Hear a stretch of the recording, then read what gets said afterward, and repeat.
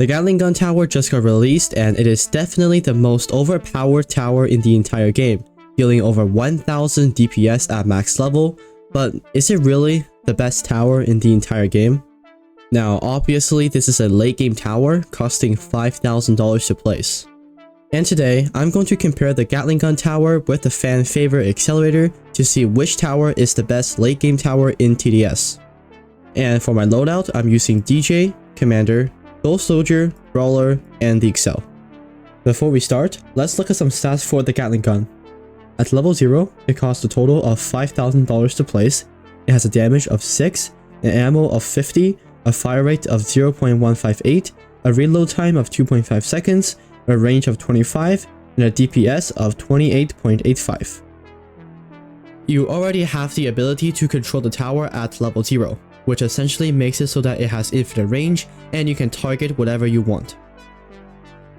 Alright, let's talk about level 6. It costs a total of $228,750. It has a damage of 100, an ammo of 600, a fire rate of 0.098, a reload time of 6 seconds, a range of 50, and a total DPS of 925.93. The Gatling gun also have a piercing of 3, with the first 2 targets taking full damage and the third target taking half damage, meaning that technically the Gatling gun has a total DPS of 2,315. This is the most expensive tower to max in the entire game, and has the most DPS out of any tower in the entire game. Alright, with all of that out of the way, let's see how it compares to the Excel. Okay, the Excel is going first, and here's how the game went. I used Brawlers for early game, and Gold Soldiers for the hiddens. From there, I placed the DJ for support, and then I just spam Excels. Unsurprisingly, the game was pretty easy and I had no problems at all. In the end, the Excel was able to comfortably achieve a time of 27 minutes and 4 seconds. Alright, now I'm going to replace the Excel with the Gatling gun and let's see how it does. The game went pretty much the exact same. I placed Brawlers for early game, Gold Soldiers for the hiddens, and DJ for buffs. The only thing I changed was obviously placing the Gatling gun instead of the 8 Excels. I placed it in that spot to maximize the piercing damage, and by the way, you only get piercing damage when you're in FPS mode, so I made sure to do that as often as possible.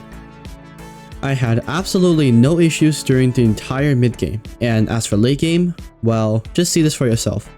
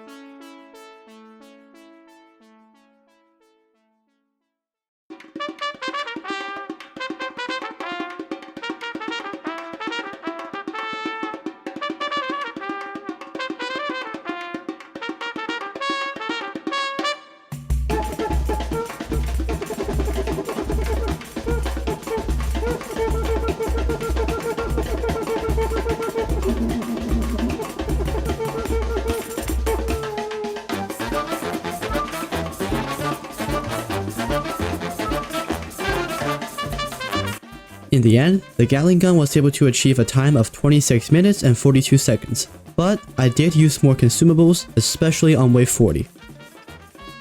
So is the Gatling gun better than the Excel? Well, yes and no. If you're looking for a late game tower, I would always suggest the Excel over the Gatling gun because of its overall higher DPS. But the Gatling gun is way more versatile because you can control it, it doesn't stun, and you can place it on cliffs or ground. The one thing that is holding this tower back is the fact that you need to be in FPS mode for it to actually be good. FPS mode gives you piercing damage, infinite range, being able to target whatever you want, and the ability to adjust its range while not in control. Alright, that is it for this video. If you enjoyed it, make sure you go like and subscribe. And you may as well go watch this video popping up on your screen right now.